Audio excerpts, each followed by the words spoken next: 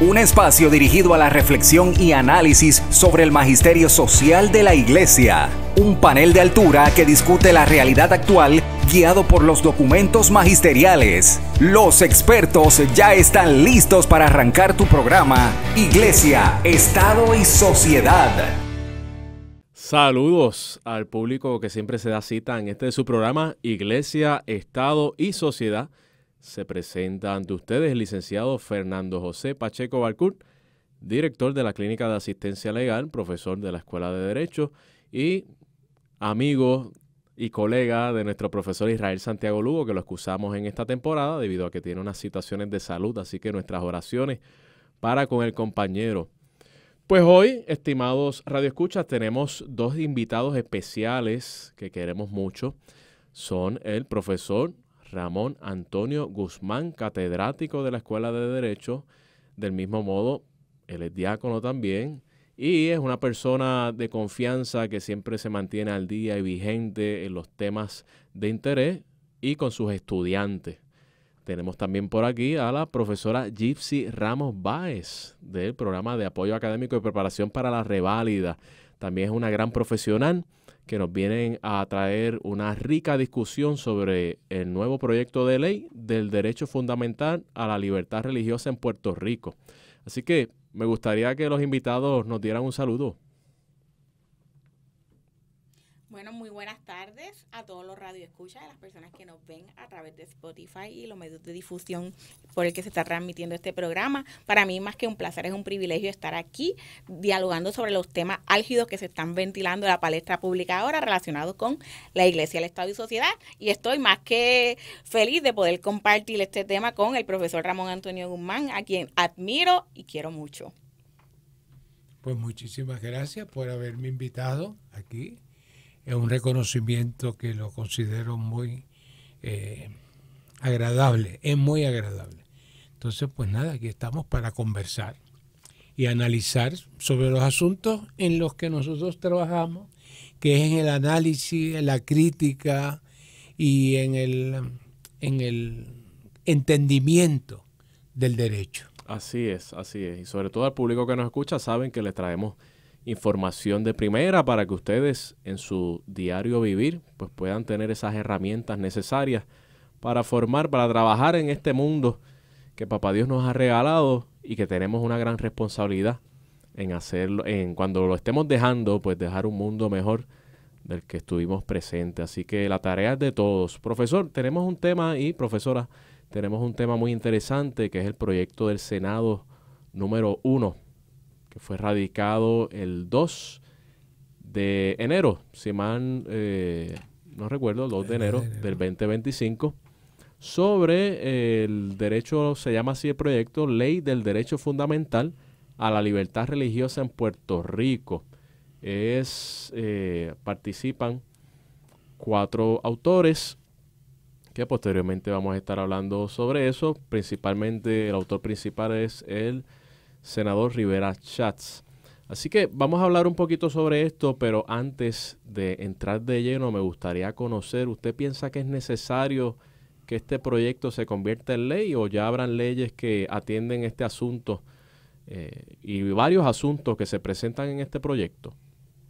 Bueno, ciertamente tu pregunta obedece a que eso es como un tema constante cada vez que se va a aprobar legislación en Puerto Rico, sí, de si es necesaria una legislación en particular, si es necesario, si esa ley realmente viene a llenar alguna laguna que existe en el ordenamiento. Y resulta que muchas veces, cuando se analiza bien, ya hay leyes, a veces más de una, que atienden ese asunto. Claro. Por tanto, se aprueba mucha legislación que es innecesaria con los problemas que eso puede causar, porque las derogaciones a veces son implícitas, a veces, y no sabemos cuál de las leyes es la que aplica en una determinada situación. O sea que es natural que nos hagamos esa pregunta cuando se va a aprobar una ley, especialmente cuando tiene la importancia que tiene el tema que nos ocupa, ¿verdad?, esta tarde en ese proyecto número 1.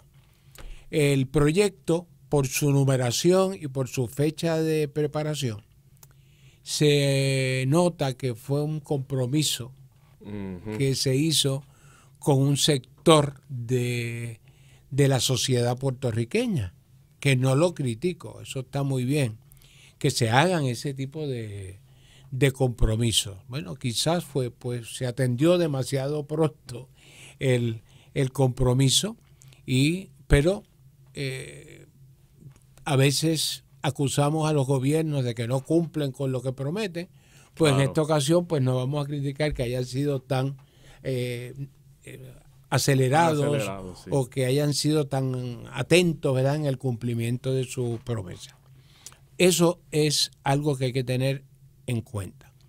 Pero también debemos tener en cuenta que ya el derecho a la libertad religiosa está reconocido en la Constitución.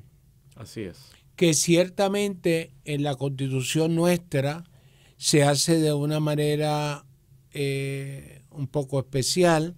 Luego quizás podemos conversar un poquito sobre cuáles son las diferencias en términos de la Constitución de los Estados Unidos y las del Estado Libre Asociado de Puerto Rico. Pero ya, o sea, falta de protección de esa libertad religiosa, pues no existe en Puerto Rico porque tenemos una pieza constitucional, por lo menos una parte de la Constitución. Pero eso tampoco significa que no pueda haber una ley que atienda algunas particularidades. Yo diría que esta ley quiere atender lo que se llamaría, y está en la Constitución, una cláusula programática. O sea, las cláusulas constitucionales operan ex proprio vigore, o sea, el texto mismo de la Constitución, o puede ser una cláusula programática, que es que le ordena al legislador que cree un programa, de ahí lo de programático, que cree un programa, como es la cláusula del debido proceso de ley. Claro. ¿Cuál es el debido proceso de ley? El proceso que diga la ley. O sea, establece unos parámetros. Sí. La Constitución establece los parámetros, la ley establece ya el programa que está dentro de esos parámetros. Bueno, pues aquí un poquito, porque yo no veo que sea las cláusulas constitucionales que hablan de la libertad religiosa, que sean cláusulas programáticas, sino que lo establecen. Pero eso no significa que no haya habido necesidad durante los años de existencia de las constituciones, de las dos constituciones que rigen Puerto Rico, que no haya habido necesidad de que los tribunales hayan tenido que regular y decir cuál es la extensión, hasta dónde llega la libertad religiosa. De eso podemos hablar un poquito más adelante. Pero yo diría pues que no necesario no es aprobar el proyecto, pero que no significa que el que no sea necesario no pueda tener ciertas conveniencias. Claro. No es lo mismo lo conveniente que lo necesario. Si me preguntas si es necesario, bueno, la contestación es no. Si es conveniente, a lo mejor cuando estudiemos bien la pieza, la medida, bueno, pues a lo mejor tiene algunos aspectos interesantes que podrían ayudarnos a poder ejercitar nuestro derecho a la libertad religiosa con mayor seguridad y con mayor amplitud. Y como usted dice, ejercitar, porque en estos tiempos de tanto revuelo, confusión y crisis, a veces el ejercicio de esa libertad de expresión pues se ve coartado. Y muchas personas, cristianas, no cristianas, de diferentes denominaciones, les da miedo expresar su preferencia religiosa porque los van a señalar, porque aquel se va a ofender, pero espérate. Si aquel tiene unas libertades, ¿verdad? Un tercero tiene unas libertades para expresarse de cosas seculares, pues del mismo modo uno puede tener unas libertades para expresar en su ámbito religioso, ¿no? Sí, en Puerto Rico hay gente que, siendo gente de fe, hombres de fe, mujeres de fe, tienen miedo en hablar de Dios. Claro. Algunas personas, porque algunas personas, pues, generalmente las personas no rechazan que tú hables de Dios, pero hay personas que te pueden responder furibundamente y te pueden insultar, te pueden limitar. Bueno, pero el asunto de si es conveniente o no es conveniente, yo creo que la mejor manera de saberlo es viendo cuál es en la exposición de motivos, cuáles son los motivos que tiene el legislador para aprobar esta ley. Entonces ahí yo creo que la amiga y compañera y cuasi alumna, la profesora Ramos nos puede ayudar a entender esos motivos que tiene el legislador. Claro que sí, profesor, cómo no, si usted es una persona, ¿verdad?, que yo admiro y respeto muchísimo y que me nutro siempre con su sabiduría y sus enseñanzas. Vale. Bueno, tomando como pie forzado lo que habló sobre el debido proceso de ley, vamos a ver que esta exposición de motivos tiene un acopio de aspectos sustantivos y aspectos procesales, de las razones por virtud de las cuales el legislador quiere, ¿verdad?, aspira a convertirlo en una ley prospectivamente. Así que yo hice un acopio breve y sucinto porque la exposición de motivos es bastante larga y identifiqué 5 puntos medulares sobre los cuales simbra esta legislación. El primero, que si el gobierno tiene un interés imperioso en hacer cumplir sus políticas en general y estas se puedan alcanzar sin negar la exención religiosa a un ciudadano. Ese es el primero que yo he identificado.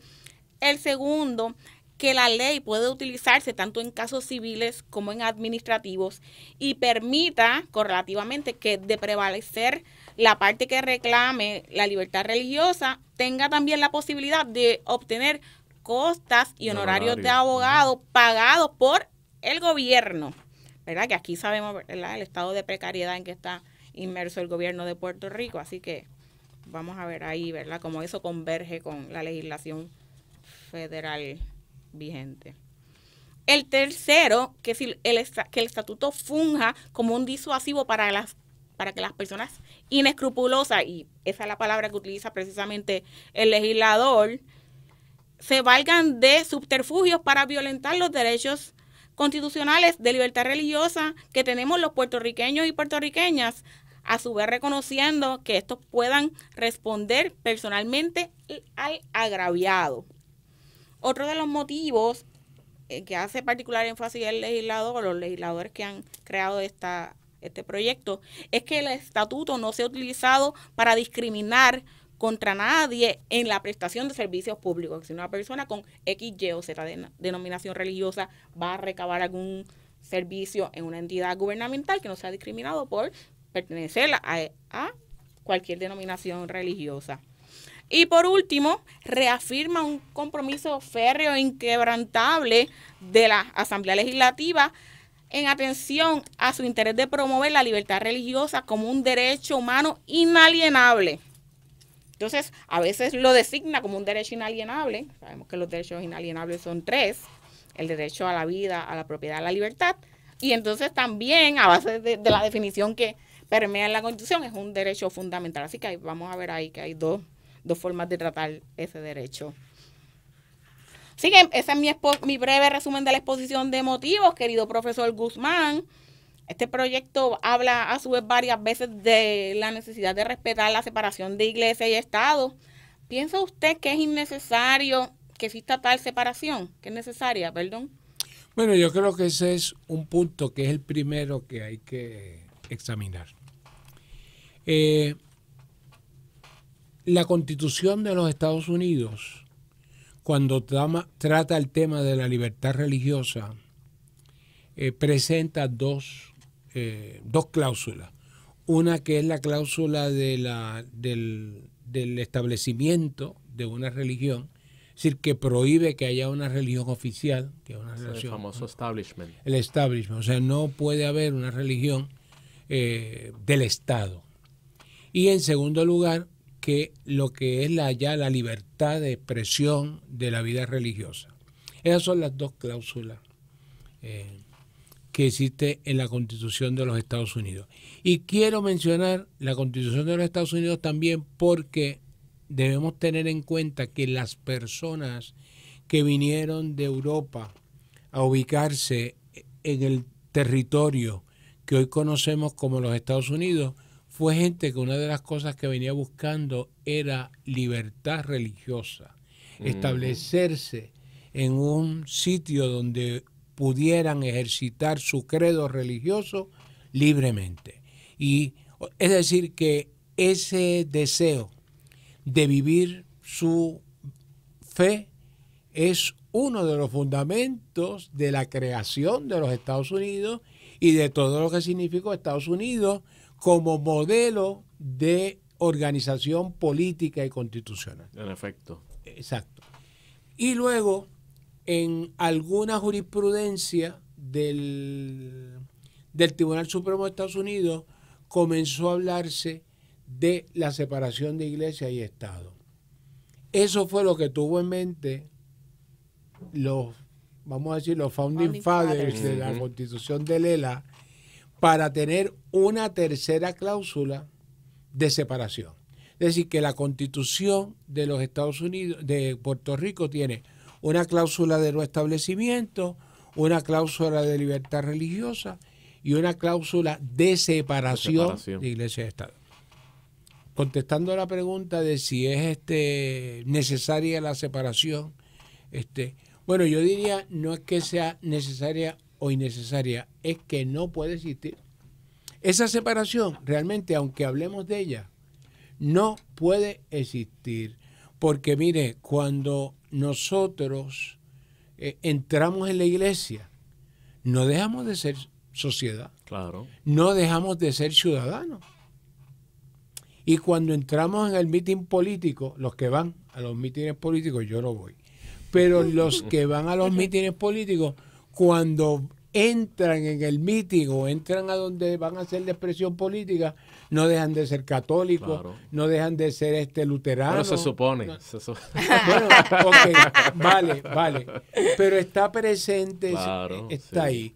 O sea, que el pueblo de Dios que camina, que peregrina en Puerto Rico, ese pueblo de Dios también es el pueblo del que habla la Constitución. Así Cuando es. La Constitución norteamericana dice we the people, ese we the people es el mismo pueblo que tiene una fe y que la vive individualmente y que la vive colectivamente. Es decir, que no puede haber esa separación. De hecho, el Tribunal Supremo de Estados Unidos ha ido abandonando esa terminología y que nos causa grandes problemas. Sí, porque algunos perdonen que lo interrumpa, algunos interpretan a su favor, claro está, que entonces nadie que pertenezca a la iglesia o a ninguna denominación religiosa puede expresarse en cuanto a otros temas. No, tú no te metas porque es separación de iglesia y Estado de Dios, pero yo no dejo de ser Fernando, ni usted, Ramón Guzmán, ni, ¿verdad que sí? Además que una persona, por lo menos hablando ya de la religión nuestra, que es la religión cristiana, vamos a decir, y que somos católicos, precisamente tenemos que vivir toda nuestra vida a la luz del Evangelio, incluyendo pues la participación en la vida política. Es decir, que hablar de separación de iglesia de Estado es hablar de algo que realmente no existe ni puede existir. Por eso entonces no podemos contestar. Yo no puedo contestar si es necesario o no es necesario. Es que eso pues no. En la práctica no tiene ninguna vigencia. No tiene sentido porque a veces también se nos quiere ubicar la práctica de nuestra fe en las paredes del templo. Claro. Entonces, no, la religión es para vivirla en el templo y para vivirla fuera del templo. Sobre todo fuera del templo. Y sobre todo fuera del templo, sí. Seguro que sí. Así es. Así mismo es. Y entonces, mientras el Tribunal Supremo de los Estados Unidos ha ido abandonando, nosotros la vamos abrazando a través de este proyecto. Bueno, yo creo que el proyecto, ¿verdad? Que hay cosas que se pueden hacer con una muy buena intención, pero que pueden resultar en algo que no es tan bueno. Entonces yo creo que sí, que hay buena intención, que es un proyecto que se ha hecho de corazón, me parece a mí. El hecho de que obedezca al cumplimiento de una promesa no le quita méritos, pero sí puede dar la impresión, insiste demasiado en esa separación de iglesia y Estado, que es precisamente cuando tú ves lo que el proyecto quiere lograr, es precisamente evitar que esa separación permita que la gente viva su vida religiosa. ¿De cómo lo hace? Bueno, pues podríamos decir de una manera, por ejemplo, cuando dice que el Departamento de Educación establecerá guías para hacer tal y tal cosa de los estudiantes y de los profesores. ¿Qué quiere decir guías? Está hablando de reglamento, está hablando de solamente una orientación, una cosa ambigua, una cosa que a la larga termina en poesía y no en derecho. Bueno, eso es un poquito. Claro. Bueno, está excelente esta discusión. Vamos a la pausa. Próximamente pues vamos a ir adentrándonos en este proyecto y continuaremos con esta rica discusión. Así que nos vamos a la pausa, queridos radioescuchas, en este su programa Iglesia, Estado y Sociedad. Iglesia, Estado y Sociedad. Regresamos a este su programa Iglesia, Estado y Sociedad y aquí estamos disfrutando junto a los colegas, el profesor Ramón Antonio Guzmán y la profesora Gypsy Ramos Báez. Este es su servidor, el profesor Fernando José Pacheco Balcour. Los tres somos colegas en la Escuela de Derecho y estamos trayéndole un tema muy importante que es el primer proyecto de ley del Senado, que es conocido mejor como la Ley de Inmunizaciones Compulsorias a los niños preescolares y estudiantes en el Estado Libre Asociado de Puerto Rico. Debo decir, eso enmienda esa ley, pero el proyecto es la Ley del Derecho Fundamental a la Libertad Religiosa en Puerto Rico.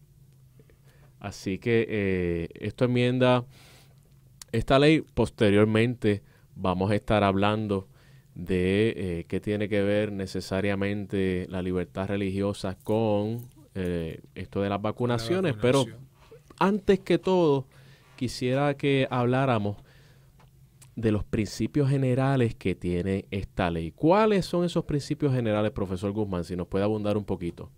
Bueno, quiero aclarar primero que realmente en la ley, cuando tú utilizas el término principio, o sea, los principios siempre son generales. Y las normas, pues ya son las que convierten en algo específico esos principios. O sea, que sería redundante decir principios generales. Claro. Sí. Claro. Bueno, pero son cosas del idioma que ahora no, como que en estos momentos que estamos viviendo, como que la gente no las atiende mucho. Entonces, esos principios generales de la libertad religiosa, pues quieren convertirse en ley. Yo creo que es como un anuncio, es como una, a mi juicio, Sí. es aquellos principios, aquellos fundamentos, aquellos motivos que nos explicó la profesora, que son los motivos de la legislación. Aquí entonces ya se presentan, se hacen formar parte de la legislación. Pero con el problema ese de que no sabemos si estamos bregando con un principio o con una ley. Y entonces, por ejemplo, el principio número 1, la libertad religiosa es un derecho fundamental de vital importancia para la convivencia social y está protegido expresamente por leyes federales y estatales. Bueno, pues no sé si la ley quería hacer realmente una ley, como ver una ley, hacerse una ley de protección de la vida religiosa. Pues entonces es porque no existen otras leyes, no las, como Correcto. que hay ahí como una cosa que no está muy clara. Y luego me parece hasta preocupante el principio número 2, que dice que las cláusulas de libertad religiosa, la de no establecimiento y la de separación de iglesia y Estado, no pueden ser vistas como conflictivas entre sí. Bueno, pues eso me parece muy bien en el sentido de que siempre debemos acercarnos a la Constitución y a la ley con un espíritu de armonización, es decir, ver cómo se pueden armonizar. ¿Por qué? Porque a fin de cuentas hay varias cláusulas constitucionales que chocan entre sí. Por ejemplo, la cláusula que protege el derecho de intimidad, pues choca con el principio que tiene, el derecho que tiene la prensa a informar y a enterarse. Entonces, ¿qué es lo que hacen los tribunales cuando tienen un caso? Tratan de balancear, armonizar a través de los escrutinios. eso, pero y luego tienen que identificar, bueno, en esta situación es más importante el derecho de tal y debe prevalecer este derecho y no este otro. Pero fíjate, bueno, pues eso está muy bien, de que deben ser vistas de modo complementario. Y luego dice, de tal manera que deben ser interpretadas en referencia a las prácticas e interpretaciones históricas de la religión. O sea, estás poniendo al legislador, estás poniendo a los tribunales, que son los últimos, no los únicos, pero sí son los últimos intérpretes de la ley y de la Constitución, a que me diga si esta práctica de la Iglesia Católica, por ejemplo, es correcta o entra dentro de esa noción histórica. Uh-huh. ¿Ah? Y quién dice que la Iglesia, en la interpretación que está haciendo del Evangelio y de la palabra de Dios, no descubre, mira, en este momento histórico se nos requiere a nosotros vivir de esta manera en particular. Claro. Estábamos hablando en el intermedio de esa carta preciosa que escribieron los obispos de Estados Unidos sobre la situación de los inmigrantes. Bueno, pues eso es una respuesta evangélica de la Iglesia en este momento vamos a decir, de dificultades, para no hablar no mencionar ningún nombre. Bueno, pues alguien puede decir, no, pero es que la Iglesia Católica históricamente no ha intervenido en estos asuntos. ¿Ves? A mí me preocupa que este sea la práctica e interpretación histórica, que sea el criterio que hay para identificar si alguien es una religión. Y podemos caer en lo mismo. Y caemos en lo mismo cuando de otra manera prácticamente dice que la religión se puede vivir individualmente. Pues, y entonces yo puedo vivir también la religión de Ramón Guzmán. ¿Cuál es mi religión? Pues mi religión es Ramón Guzmán. ¿Y qué practica yo? Pues lo que yo diga. Bueno, y a veces, pues yo fundo la iglesia Ramón Guzmán para que sus miembros podamos fumar marihuana públicamente. Y esa es nuestra fe. Vamos. Uh-huh. A ver si eso... ¿ves? Entonces, o sea, ¿a qué extremo se puede llevar esto? Uh-huh. Pero, claro, esa interpretación histórica es como lo que está diciendo, no, Ramón Guzmán, porque es que, mira, no hay ninguna religión que tenga esa práctica que ustedes tienen ahí. ¿Ah? Entonces tú estás diciendo que historia y religión son lo mismo. ¿Ves? Lo que te quiero decir, el problema de regular un asunto tan delicado como es la vida religiosa. Entonces hay otros principios, no los puedo mencionar todos, porque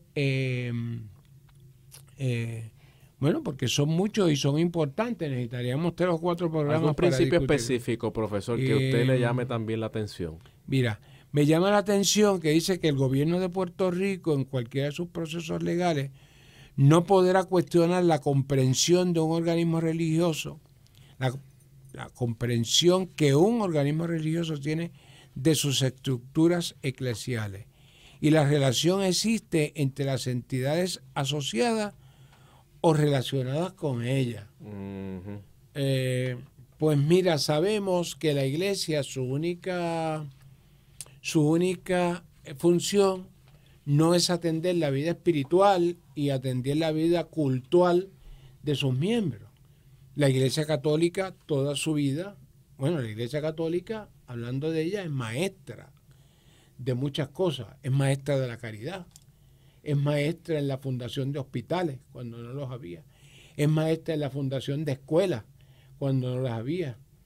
Es maestra en la fundación de programas de caridad, mucho antes que la Cruz Roja. De la acogida. Y todo eso, pero oye, de ahí a que la iglesia de momento puede decir, no, mira, esto está asociado conmigo, y entonces le da carácter de religiosidad o de ente religioso a algo que no es un ente religioso, que es un negocio, que es una entidad privada. Claro.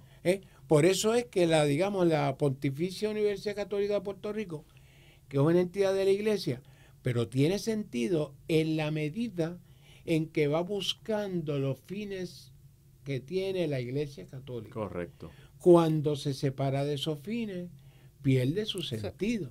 Por eso tenemos que estar continuamente atendiendo. ¿Y esta universidad responde a la misión de la Iglesia? Sí, por esto y esto. Pues. Y también pierde correlativamente las gracias legislativas que le da el Estado en virtud de ese sentido que le da la Iglesia. A veces sí, seguro que también podría ocurrir eso. Bueno. Mire, profesor, y en cuanto a este proyecto, que repito el nombre, Ley del Derecho Fundamental a la Libertad Religiosa en Puerto Rico, que pretende enmendar, entre otras cosas, la ley de las inmunizaciones compulsorias a los niños preescolares y estudiantes en el ELA. Cuéntenos cuál es su reacción en cuanto a eso, porque este proyecto incluye estas enmiendas para el proceso de vacunación. Sí me parece algo tal vez positivo, un detalle que trae el proyecto, sobre todo de la exposición de motivos, de la importancia del consentimiento informado de los padres a la hora de permitir que se vacunen a los niños. Eso me parece bien. Pero, ¿qué tiene que ver todo esto del proceso de vacunación con esto, con lo que pretende principalmente defender este proyecto, que es la libertad religiosa? Bueno, con la vacunación, durante el periodo de la pandemia que sufrimos en el año 2020 y que todavía pues hay que ir tomando medidas para evitar que surja un brote de eso. En Puerto Rico, curiosamente, ese tema de la vacunación no se politizó. En Estados Unidos sí. Curiosamente, en Estados Unidos era como el vacunarse se convirtió como en una medida de ser demócrata y el no vacunarse como un signo de ser republicano. Oye, y curiosamente eso en Puerto Rico no se dio. Todo el mundo aceptó la vacuna sin ningún problema. Parece que tenemos mucho miedo a morirnos. Entonces, bueno, pero sí, fíjate, hubo un problema religioso con la vacuna. Porque hubo líderes religiosos que se opusieron, líderes católicos que se opusieron a la vacunación. Eso fue más triste lo que ocurrió con los líderes religiosos cuando el Santo Padre, le había pedido a los católicos que se vacunaran. Y eso fue una parte importante, ¿verdad? Siendo porque el Santo Padre, perdona que lo interrumpa, un científico. Sí, señor. Un hombre de ciencia. Bueno, y entonces, mirar, es que la ciencia es parte de la gracia de Dios, en el sentido de que la ciencia nos ayuda a obtener salud, a conservar la vida, a poder vivir, a extenderla, a celebrarla. Es decir, eso fue un poco triste que ocurriera en Puerto Rico. Y en Puerto Rico, antes de la pandemia, estaba ocurriendo algo que era que los padres que no querían vacunar a sus niños, la única excepción que había era la cuestión de que obedeciera su oposición a vacunar a sus niños a un principio o a un dogma religioso. Entonces tenían que llevar a los padres que no quisieran que sus niños se vacunaran, tenían que hacer una declaración jurada donde se decía que eso obedecía a un dogma de la Iglesia Católica. Y por ejemplo, un dogma de su fe. Pero ¿qué pasa? Que en la Iglesia Católica no hay ningún dogma de que uno no se puede vacunar. Entonces había mucha gente muchos católicos que estaban declarando para que se les permitiera no vacunar a sus niños, que declararan que había un dogma católico que prohibía la vacunación. Bueno, o sea que esas circunstancias son las que llevan a identificar este problema o esta realidad con un tema religioso o como una expresión de la vida religiosa. Y ahí fue que se religionizaron las vacunas. y por eso... ¿Vuelvo a repetir esa palabra? No puedo repetirla. Religionizaron. Se religionizaron las vacunas. Por eso fue, por la experiencia. Claro. Entonces empezaron a surgir distintas. Por ejemplo, recuerdo que la senadora Rodríguez Bebe, ella se vacunó, pero no vacunó a sus niños. ¿Por qué? Porque ella entendía, yo soy una persona ya adulta que puedo asimilar cualquier daño. Estoy en posición de, tengo unas inmunidades que me permiten neutralizar algunos efectos que tenga la vacuna. Claro. Pero mis niños están muy tiernos todavía. No sabemos si ellos van a resistir, porque una vacuna es meterte la enfermedad, es ponerte la enfermedad dentro de tu cuerpo. O sea, y ahí...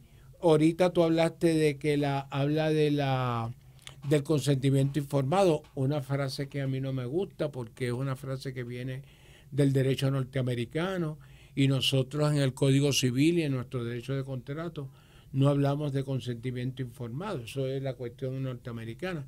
Nosotros hablamos de consentimientos viciados. Si el consentimiento está no hubo viciado, consentimiento, o si no hubo un consentimiento que estuviera liberado del error. Claro. Yo vacuné a mi hijo por error. Bueno, pero eso ya son técnicas. No hay que exigirle tanto al legislador o al asesor. No hay que exigirle tanto. Bueno, pero esa es la razón, pienso yo, que ha hecho que en una ley de libertad religiosa hayan metido el asunto de la vacuna. Así pero que religiosamente hablando no tiene nada que ver. No tiene nada que ver. Y bueno, si tuviera que ver, pues tiene que ver como tiene que ver con la alimentación. Si yo debo comer este tomate o no debo comer tomate, porque el tomate, mi esposa todos los días generosamente me prepara una buena ensalada de tomate. Pero ella no lo come porque tiene una condición que no le permite comer tomate. Mira, pues tú esas cosas no las puedes convertir en un asunto religioso. Muy bien. Y en cuanto a, ya nos quedan unos minutitos, pero me gustaría hablar de algunos detalles particulares que establece este proyecto. Hay un detalle interesante que me gustaría su reacción y la de la profesora Gypsy Ramos, que van de la mano. Ellos, ya esto es algo que conocemos, pero dice así en la exposición de motivos. Es por esto que la libertad de expresión, la cual incluye la expresión religiosa, cobija a todo ciudadano, incluyendo empleados gubernamentales en las 3 ramas de gobierno, profesionales, etcétera. El gobierno no puede castigar a un individuo por realizar observancias religiosas personales basado en el errado entendimiento de que tiene el deber de suprimir las observancias, prácticas o expresiones religiosas mientras permite expresiones seculares comparables, que esto puede llevar a una discriminación. Me gustaría si nos pueden reaccionar un poquito en torno a cómo la libertad de expresión, del mismo modo, pues puede ir de la mano con la libertad religiosa. Bueno, lo que pasa es que, fíjate, vamos a suponer que yo soy un católico y que soy una persona que atiendo públicos, ciudadanos que vienen al departamento de la familia a pedir participar en el programa de asistencia nutricional. Entonces yo, como un reclamo de mi derecho a la expresión religiosa, en la ventanilla por donde yo atiendo a esa persona, pongo un rosario como parte de mi expresión, de mi derecho a la expresión religiosa. Eso ya puede ser sentir al ciudadano que llega que no es católico. Porque si tú ves un rosario, ya tú sabes que ahí, igual que es católico. Si tú ves una imagen de María, ya tú sabes que es. Entonces, hay personas que pueden sentirse mal ante eso, que pueden sentirse ofendidas, que pueden sentirse, si me atiende que es católico. Yo recuerdo hace muchos años, un amigo que yo tenía, que hizo un acto totalmente ilegal, que fue que cuando fue al examen de la licencia para conducir, él decía, yo voy a ir con una Esto fue en los años 70, o sea que ahora... No habíamos nacido. Ustedes. Entonces él se puso una camisa con cuello romano para que el instructor no lo colgara. ¿Así? Y resultó que el instructor era protestante y efectivamente lo colgó. O sea, no lo digo, yo no digo que lo colgó por estar violando la ley, por ir con... Pero esas cosas se pueden dar. Entonces yo pienso que es mejor que las personas que, por ejemplo, que atienden directamente al público, pues quizás se autolimiten, ¿verdad? Mira, pues yo no pongo esto aquí porque esto puede hacer incomodar. También yo recuerdo, y eso sí bueno tiene la ley, ¿verdad? Que yo pienso que en Puerto Rico se dejó de rezar en las escuelas.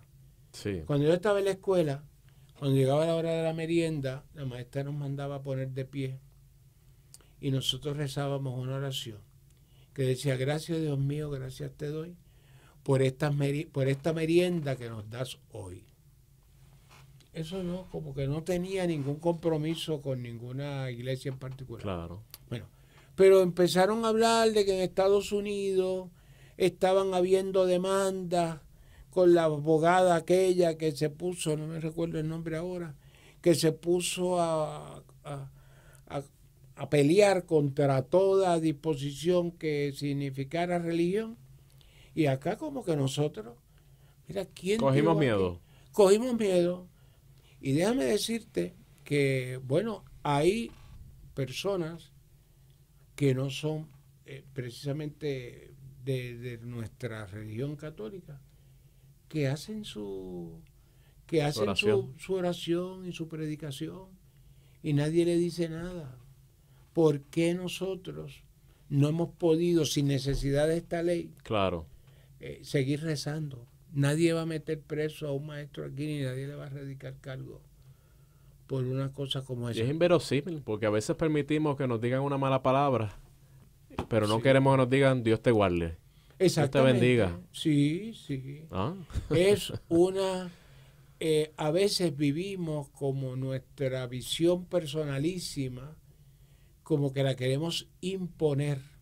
Y yo creo que eso es algo bueno, ¿verdad? Porque uno siempre debe buscar cosas buenas. Eso es algo, un recordatorio que nos hace esta ley. No dejes de vivir tu fe y no pienses que el punto de partida es que estás limitado.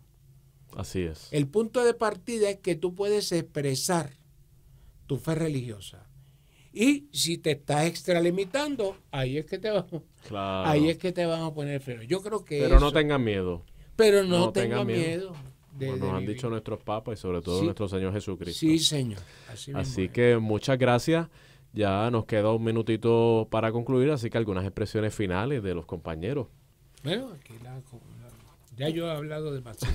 Bueno, yo veramente quiero decir, ¿verdad? En relación a la última pregunta que formulaste, que la función del empleado gubernamental es cumplir con un deber ministerial que le da la ley y que su religión, lo que profesa, su idiosincrasia religiosa, va a estar plasmada en sus acciones diarias, en la caridad que muestra con el ciudadano, en cómo lo atiende. Así que yo entiendo que más allá de profesar a viva voz o utilizar un signo que represente su identidad religiosa, uno debe vivir la fe a base del amor cristiano y del amor que debe profesar al prójimo. Así que esa sería mi reflexión final, ¿verdad? Bien breve, así como la fugacidad de la vida.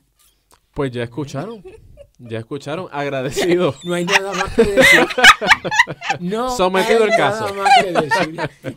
Agradecido por este ratito que han sacado de su agenda el profesor Ramón Antonio Guzmán, la profesora Gypsy Ramos Báez. Al público que se da cita, muchas gracias por siempre estar aquí con nosotros.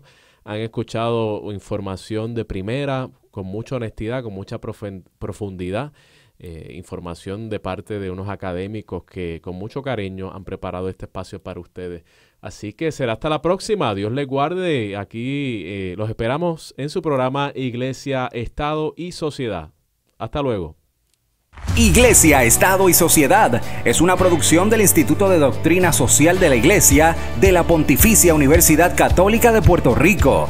Tienes una cita la próxima semana a esta misma hora, porque el análisis y la reflexión continúan. Iglesia, Estado y Sociedad, una producción de la Pontificia Universidad Católica de Puerto Rico.